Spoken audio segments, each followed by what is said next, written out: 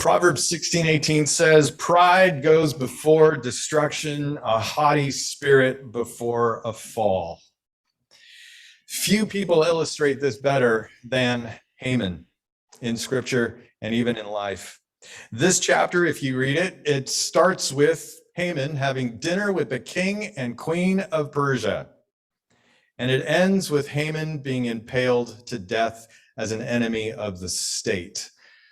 In one chapter, how the mighty fall. And the scriptures are very clear that it is pride that goes before a destruction. Pride that goes before destruction. So today we're going to look at pride. We're going to look at the character of pride, the counsel of pride, and the confrontation of pride. The character, counsel, and confrontation of pride. So first, the character of pride. Pride, number one, is destructive. Pride is destructive. Haman, as second in command of all the empire, of all the Persian Empire, he thought he was invincible. He was on the top of the world. And then Haman's unraveling starts when Mordecai refused to bow down to Haman. You remember that? He refused to bow down. And it's from that point on that Haman's pride took over. It completely mastered his decisions. It mastered his dreams. It mastered his emotions. And we've seen that so far. And it led to Haman coming up with this edict that he convinced the king to sign. It was an edict to not only take out Mordecai, but to kill all of his people, to kill all of the Jews. And this is the nature of pride. Pride destroys. Pride is destructive. If we think about it in our nation, we think of it in terms of white supremacists. White supremacists is based on pride in one's ethnicity, right? And in that pride, you're saying that we are superior to you, and therefore we have the right to destroy you. But also in our relationships, pride is destructive, and we know this. Pride destroys others when we use friends as resources, when we use friends as just stepping stones to meet our goals. We destroy relationships when our pride makes us cut other people down. People get cut down. We've, you know, if you're a parent, you've talked to your kids about this. You say to your kids, you know, if people say mean things to you, it's just because they don't feel good about themselves, right? Things like that. And that is true. Pride cuts other people down so that we can elevate ourselves, so that we can feel better about ourselves. So it destroys relationships, but pride also destroys ourselves. We destroy ourselves. And Haman illustrates the destruction of self. We destroy our own hearts when we let pride rule in us, when we let pride keep us from forgiving other people. We don't want to forgive those people because they're not worthy of forgiveness. I'm worthy of forgiveness because I'm not that bad, but they're not worthy of forgiveness. And when we do that, what we're doing is we're saying, I'm more worthy as a human being to receive forgiveness.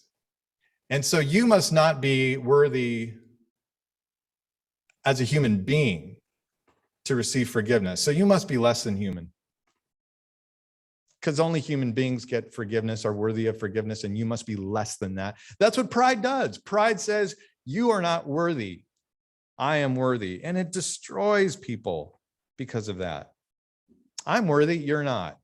I'm better, you're not. When I was a young man, I still am self-righteous in a lot of ways. If you look at the parable of the prodigal son, we always focus on the prodigal son, but there's another brother. I was the other brother. I was the self-righteous older brother who was always doing all the right things and felt like I deserved better. That was me. That was me as a kid. And I remember as a single person, oh my goodness. Ooh, it's hard to even say this or admit this, but I would, as a single person, I would say, you know, there are certain women who are lucky to be with a guy like me. Yeah, that was in my head. Or I would say, there are some women who are just not the kind of marriage quality that I expect. It pains me to say this, but that was me. That was in my head. All right. That's pride. That's just self-righteous pride. Okay. And believe me, if I still had that attitude, she would have never married me. No way. Right. Pride is destructive. Pride destroys relationships. If you're in a friendship right now and you feel like you're being victimized, that you're the one who's always like being hurt by others, then that's probably your pride. Your pride is saying, I'm never to blame, right? If we have that kind of attitude, if we're not able to take correction from other people, it's probably pride, right? If we're not able to find constructive criticism for ourselves and welcome it and ask other people to give it to us, then it's probably pride. Why? Because pride is so obsessed with propping up myself. That's what pride is. It is obsessed with myself. And so if that is the case, I'm going to destroy other people who come against that. I'm going to crush other people who don't elevate me like they should. Pride is destructive, not only to other people, not only to races of other people, but to ourselves. Pride is destructive. Number two, the second thing about the character of pride is insatiable. Pride is never satisfied. You remember when Haman was plotting to slaughter the Jews? He did so because his prestige just was never enough. It was never enough. He could walk through the city gates and people could bow down to him left and right. And yet it was one man who wouldn't bow down that said to him, I can't be satisfied if this one man is not going to bow down. So when Mordecai refused to bow down, he runs home to his wife and gathers his friends together like a petulant, pouting child. And he says in chapter 5, he says, I have all the power. I've had all the favor of the king and the queen. But he says in chapter 5, verse 13, but all this gives me no satisfaction as long as I see that Jew Mordecai sitting at the king's gate. It's not enough. It's never enough. I could have the world. I could have all the blessings in the world, but it's not enough because I don't have his respect or that person's respect. That's what pride does. And so what does he do? He takes the advice of his wife and his friends and he builds gallows to hang and impale Mordecai on. It's not enough that he has an edict to wipe out Mordecai and all of the Jews, but no, I need to build gallows that are 75 feet tall and make a public spectacle of Mordecai. Pride is never enough. It's insatiable. Now, we may not go to the extent that Haman goes to, but we do find ourselves like Haman. You ever reach a goal that you wanted? You ever attain a goal and you worked hard for it and you got it, but it's still not satisfying? It's not enough. You need something else to focus on. It's because there's something you need to feed your pride, to feed your ego, to make you feel like you're accomplishing things. So it's not enough. It's not satisfying. Today in our culture, we have something called reputation management, right? Where everybody is so aware of what is their reputation on the internet. And if someone says something negative, they could, if you're on Twitter and you could have done something fantastic and then people will give you all the acclaim on Twitter, but it's always that one criticism that somebody just gets really mad at. And then they go back in this Twitter war back and forth. And that's the one thing that goes viral. It's like, can you believe what he said? Can you believe what she said? And all of this concern about reputation and branding. Political parties used to care about their policies. They used to care about the legislation that they were putting out. Now all they care about is their brand. They care about, oh, how do we look? That's pride. That's pride. And you could say the nicest things about somebody, and it's just that one little critique. It's not enough. It's not enough to have the acclaim of everybody else. It's not enough when there's just one person who's not liking you. What is your goal? A lot of people talk about the end of their life. They want to leave a legacy. What kind of legacy? Is it about reputation? Is it about wanting people at the end of your life to say just the nicest things, to say you were great, to give you prestige? What's the end game when it comes to how you want to leave your reputation at the end? If we live a life that is so concerned about our reputation, we're going to live timidly. We're going to live fearfully. We're not going to be bold. Because if we don't care then about our reputation and prestige, then you know what? You'll take risks. You'll swing for the fences. You will do something that is above and beyond because you don't care about what other people are going to say or think, whether you succeed or you fail. But if you're so concerned about reputation, then you're going to be timid. You're not going to take risks and you're going to play it safe. Play it safe. So this is what happens when we let reputation be the driver for us. Reputation, we can't get enough. We cannot get enough acclaim. And we live in a world full of follows and likes, right? On social media. It's all about who's following me, who's liking me, and all of that. And all of that is replacing real friendship. Real friendship. So pride is destructive, pride is insatiable, and thirdly, pride is self-obsessed. Self-obsessed. We looked at last time when the king had that night of insomnia, right? After the first banquet. After the first banquet, he just cannot sleep that night, and he asks the reader to bring a scroll that will give him a reading of the public events under his reign. And he turns to that event when Mordecai reported the assassination plot. And when he reported that assassination plot, the king heard that and said, what have we done for Mordecai? Anything? And the reader says, no, nothing's been done for Mordecai. And the king wants to honor him. And so he thinks to himself, is there an official in the court that we can grab? And it just so happens, in the providence of God, it just so happens that Haman, who was coming into the court to ask the king if he could kill Mordecai, Haman was coming into the court, and the king asks him this incredible question: what should be done for the man that the king wants to honor? Haman, in that moment, can't even fathom that the king would be thinking about honoring anybody else but him, right?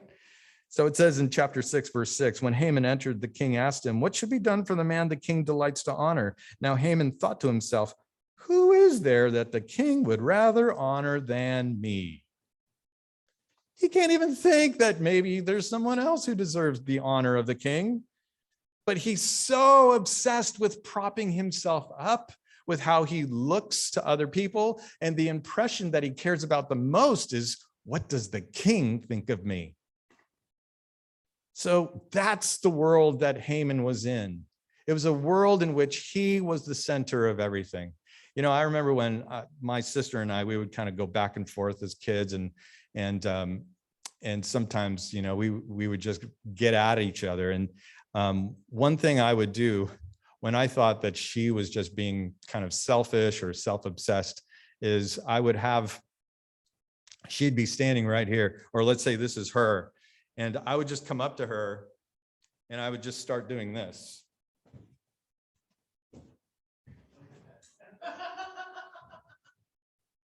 I would just start walking around her and she'd be like, what are you doing? And I'm saying, well, isn't this the world you want to live in, where I revolve around you? And then I would do that a few more times and she would get it. It's like I would just start walking around her. I wouldn't use words or anything, but really that is what pride desires. It wants the whole world to revolve around you. You, self, is the center. Narcissism, that's just another form of pride. So when pride is really taking a hold, it gets to us at a really subconscious level. When you start making decisions, let's say you have a decision to make about, should I take this job or not take this job? If you are in that place, if one of the things you're factoring through in how to make that decision is, well, what would other people think of me if I did this, if I took the job? If I took the job, would people think more highly of me or less highly of me?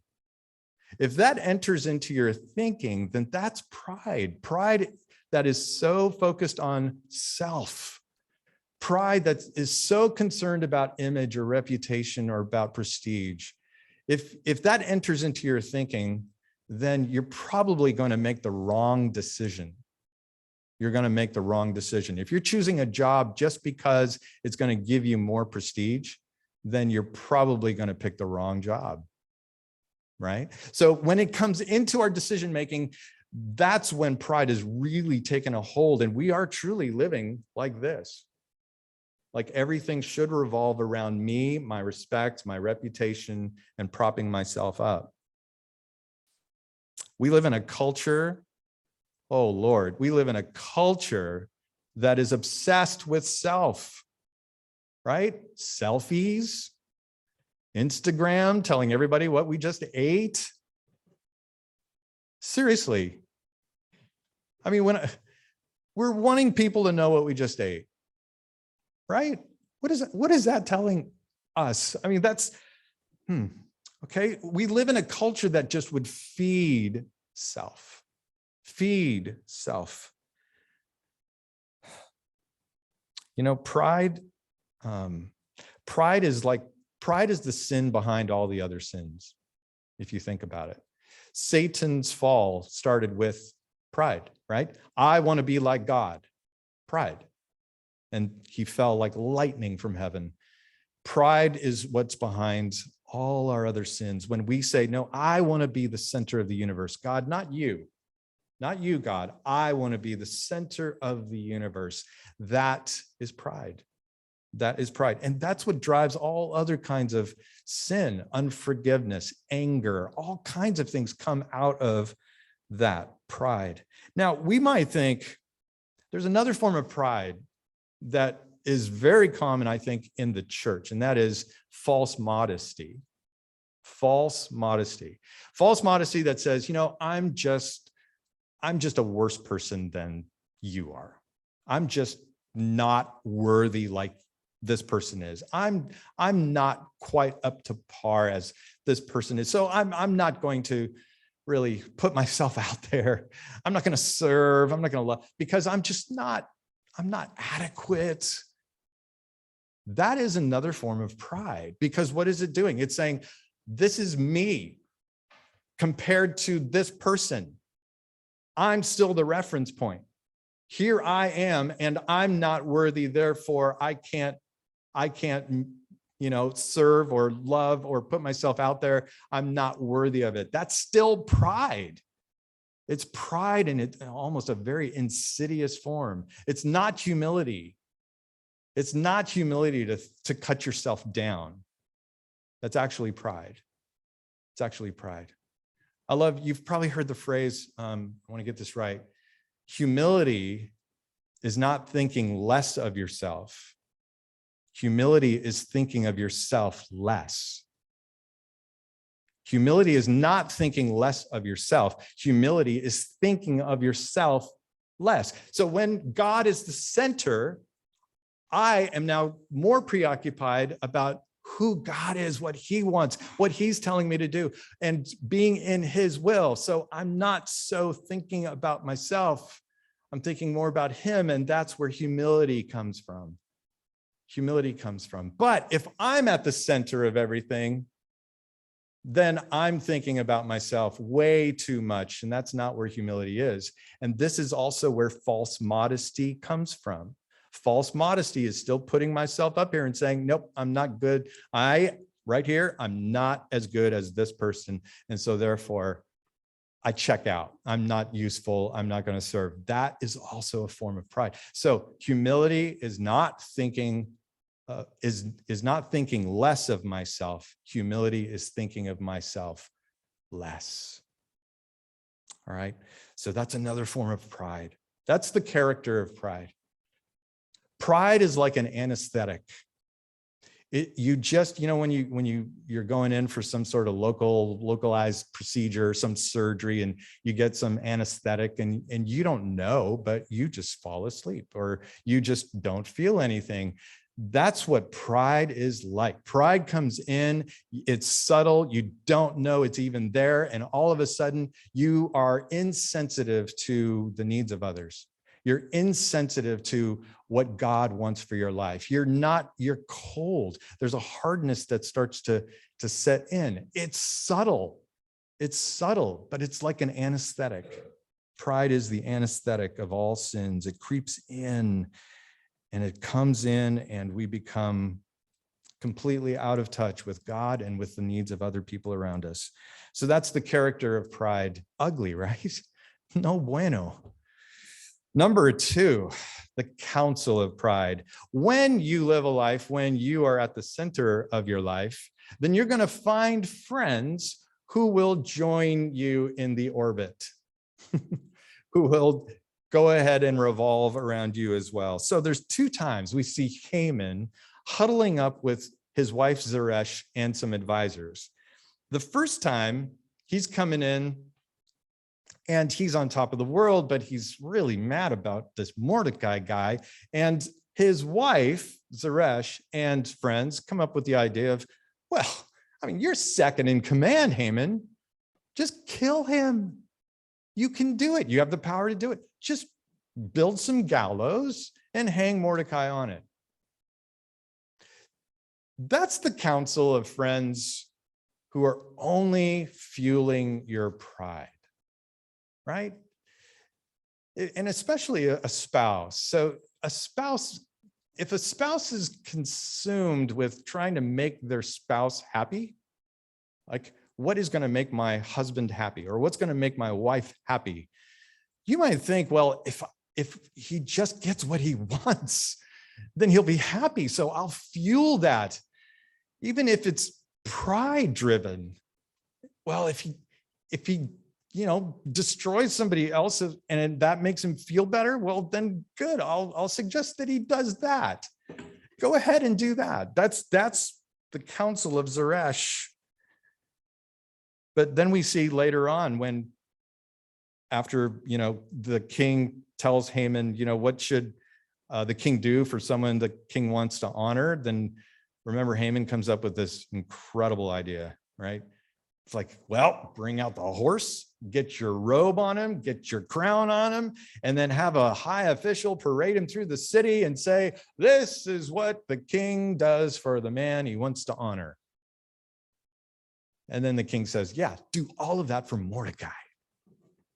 That'd be great. Right? That crushed him. That devastated him. And so he does that. He leads Mordecai through the city after he crowns him, robes him, puts him on a horse, and says all of that to people publicly. He goes home and he's just another petulant, pouty kid, goes back to his wife and his friends. You know what they say then? They say to him, whoa, Mordecai's a Jew, and you just ordered that all the Jews be killed. You're done for, dude. Right? Some friends, right? Mordecai, Haman is probably thinking, wait, that was your idea. You're the ones who came up with the idea for the gallows and hanging Mordecai. But they're like, oh, dude, you should have known. You can't mess with Mordecai. You're done. You're done. Our friends matter. Who our friends are matters. Proverbs has so much to say about this.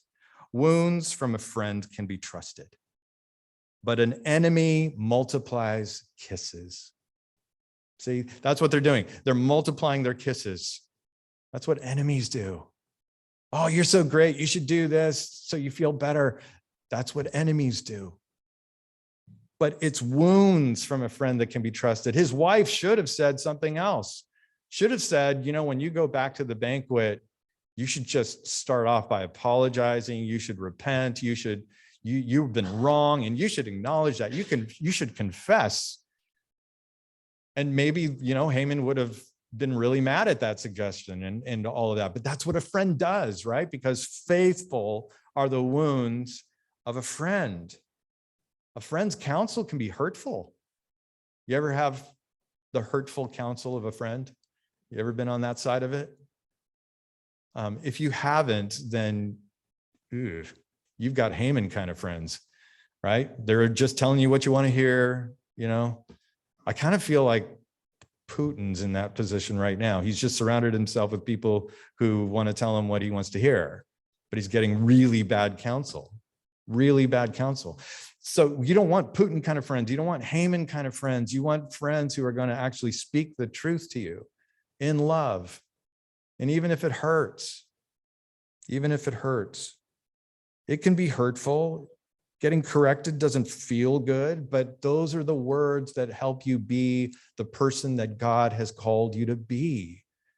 And a friend sees that vision of who God has called you to be and says, you're not living it. So you get called out for that kind of thing. And that's important. That's important that we have people like that in our lives who will say that hurtful thing. So the question then is, if you've been on that other side of the faithful wounds of a friend, how have you responded to that? Have you received it? Have you taken it into account? Have you grown from it? Have you learned from it? Have you asked that person to keep you accountable for it? Right? Those are the kinds of friends that you want to have and welcome. And that's how you want to respond. You want to respond in that way, because that's a response of humility that says, I have blind spots in my life. We all do, right? We all have blind spots. How do we see those blind spots? It's when God's word speaks to our lives, and it's when people speak into our lives. We need to have both. So that's the counsel of pride. What kind of friends do you have? What kind of friends are around you? Number 3, the confrontation of pride. The confrontation of pride. What we see in chapter 7 is both Esther stepping up as God's partner, but we also see God's providence unraveling Haman. And this reminds me of the verse from James chapter 4, verse 6. God opposes the proud, right? But he shows favor to the humble. God opposes the proud. He comes against the proud, but he exalts the humble. He gives favor to the humble. That's what we see in chapter 7. So we're used to, we saw how God's providence elevated Esther, right? From chapter 5, chapter 6. But now we see how God's providence also flows to bring down the pride. Providence does both. Providence can elevate the humble, and it can oppose the proud. So this is what we see. When Haman starts to feel threatened, he boasts, he cuts down his enemies, he plots to secure his future by taking out all the obstacles in his way. Then you have Esther. Esther does the opposite. When she's threatened, right, when Mordecai comes to her and says, you and all of our people are going to be wiped out, her response is not, oh, let's get after it. Let's go fight somebody. Her response is, remember, what was her first response? Let's fast. You fast. I'll fast. I'll get my ladies to fast. You get all the people, all the Jews in Susa to fast. Humility. She humbles herself, and then she says, she recognizes, I have been brought to become the queen for such a time as this. I'm going to use the position I have to serve. I'm going to use the position I have to serve. And so we see this kind of antithesis to Haman with Esther. She does the opposite of Haman. And we see these two clash together, and we see what happens in the clash, that God brings down Haman. So in chapter 7, it's the second banquet, and Esther is now in this moment. She's been kind of passing it off, waiting, and now she's in the moment that she needs to actually say, Haman is the man. Haman is the one. And so the king says to her, asks her, Queen Esther, what is your petition? It will be given you. What is your request? Even up to half the kingdom, it will be granted. And Esther replies, grant my life, spare my people. And she tells him that the one who's responsible, it says in verse 5, King Xerxes asked Queen Esther, who is he? Where is he? The man who's dared to do such a thing? Who's going to take out your life and who's going to take out your people? And the king is acting not just on behalf of Esther, he's acting on behalf of himself too. It's like, who would dare come and try to take out my queen?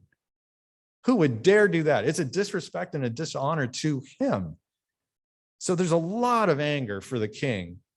And Esther replies back with equal outrage and says in verse 6, an adversary and an enemy, this vile Haman.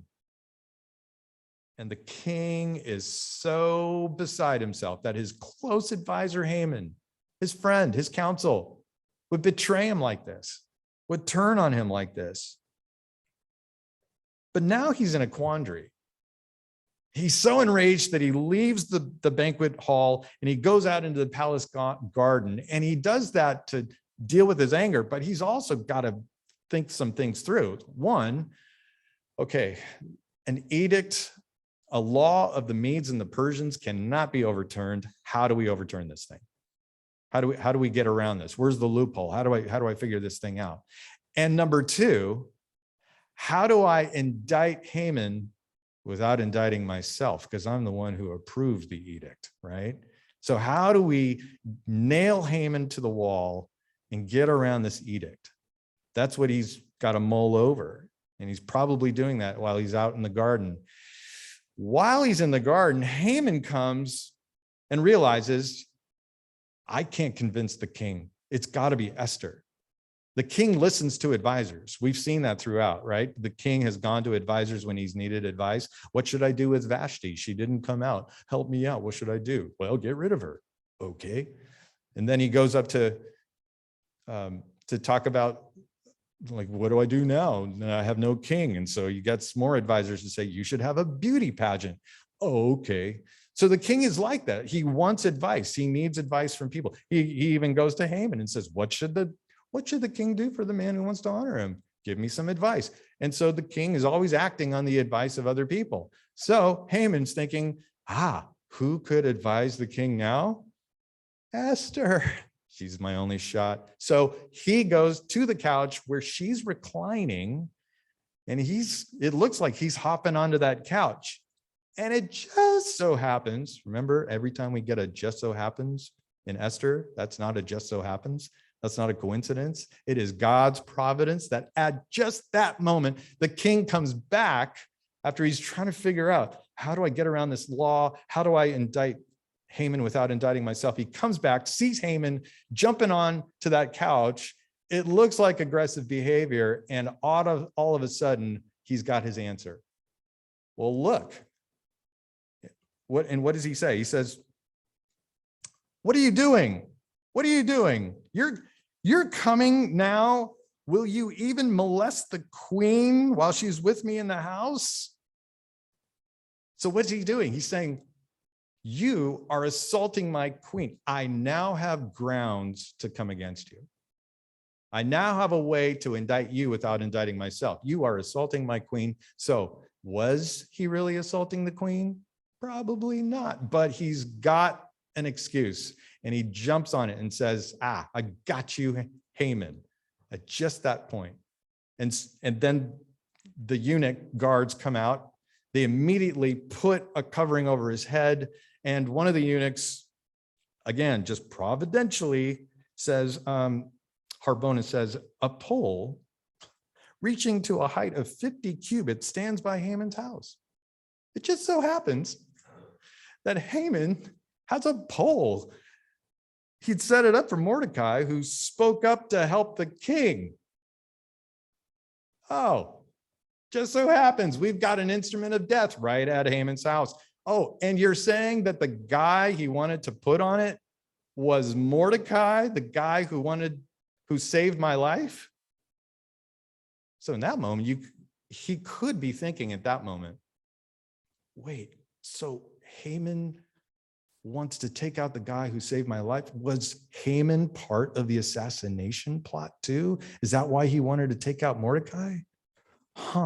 So more, there's more evidence in the king's minds about why he should take out Mordecai or take out Haman. And so he just hears that and says, okay, impale him on it. Impale him on it. So verse 10, so they impaled Haman on the pole he had set up for Mordecai. And then the king's fury subsided. What a turn of events. A total reversal. So we see God's providence flowing in all of these circumstances that come against and oppose Haman and his pride. God opposes the proud. That's what that looks like. That's what it looks like. How do you get pride broken? If pride is taking self and keeping self at the center of your life, how do you displace yourself from the center? How do you knock off self so the self's not at the center of your life anymore? If we go back to chapter 6, I think we get a clue to this. You remember when the king asks Haman, what should be done for the man the king delights to honor? Let's look at the things that Haman says. So he answered the king, for the man the king delights to honor, have them bring a royal robe the king has worn and a horse the king has ridden, one with a royal crest placed on its head. And then let the robe and horse be entrusted to one of the king's most noble princes. Let them robe the man the king delights to honor and lead him on the horse through the city streets, proclaiming before him, this is what is done for the man the king delights to honor. You know what we see there? We see what is really fueling Haman's pride is he wants the person who matters the most, the king of Persia. He wants that person, the person that he respects the most, to confer that same respect back to him. He wants nothing less than the king, the highest authority, to confer significance and honor upon him, so that, and the way that you would do that in that culture is you would take the king's robe, the king's horse, these things that all represent the dignity and the authority of the king. And if you were to wear that for yourself, people would look at you and say, oh, this man truly is honored by the king. Now, what Haman is wanting here is not bad. In fact, we all want that. We all want to know that the person that matters most in our life thinks so highly of us. You want that. You want your spouse to have that kind of attitude towards you, that they think so highly of you, that they love you, that they just find so much worth and treasure you. You want that. That's what you want from the people that matter the most in your life. So that's not a bad thing. The problem is you can't really get that from a person. You really can't find that kind of significance, that kind of value, that kind of delight from a person. That only comes from God. That only comes from God. So what Haman wants is not bad. In fact, I love how Tim Keller says this. He says, the problem is not that Haman wanted the wrong thing. It's that he went to the wrong king. You get that? He went to the wrong king. The only way that Haman could ever feel that level of worth or significance is if he goes to the king of the universe, the King of Kings. And only when Jesus comes down and identifies with him and identifies with his sin, and he goes to the cross and he takes our sin upon himself. But what does he do? There's an exchange. He takes our sin and then we get his righteousness. He clothes us in his righteousness. He confers upon us the dignity of becoming the children of God, the sons and daughters of the King. That's what happens when we go to the right King for that thing that we need in our lives. When we go to Jesus, then this is how he confers upon us the dignity and worth that we so long for. That's the only way to break pride. The only way to break pride is when the King of the universe, in his love for us, says, you don't have to be the center of your life anymore. That's a burden you can't even bear. It's destroying you. It's destroying your relationships. It's a demand that you'll never be satisfied with. Jesus sees that and he knows that, and he says, there's only one thing that's the cure, and that is my love for you. When you truly go to Jesus and you receive his love and you experience his love that way, then what you realize is you are so well taken care of. You are so loved. You have his full attention on you that you don't need to think about yourself anymore, right? That's how you get displaced from the self, from the center of your life. You get displaced when his love for you becomes so strong that you don't have to even worry about yourself anymore, because his eyes are on you, and his eyes that love you, that delight over you, that treasure you. It's his eyes when you're living every day under the gaze, the watchful gaze of a loving King who laid down his life for you. When you're living in that, then you don't need to be at the center of your life anymore. You willingly let him, and you don't even worry about yourself. What happens then? You start loving him and you love other people, right? That's the mark of someone who's really received the King's delight, the King's honor, the King's righteousness, the King's love, is that self has been displaced. The King is now on the throne, and now you are free to love him and love other people. That's the sign that pride's been knocked off its horse, knocked off the throne of your life. So we're just going to move right into that one sacrament that tells us about the King's love for us. And I want to invite you, those of you on Zoom, you can go ahead and get your wafer and your cup. But all of us, I want all of us to really ask ourselves, have we received the King's love so much so that I don't have to be on the throne of my life anymore? That he can rightfully take that throne so that I can forget about myself and just love him and love the people that he's put into my life. Will you let him do that? Will you let his love displace yourself and let him be at the throne? Let him love you that powerfully as we think about his death on the cross.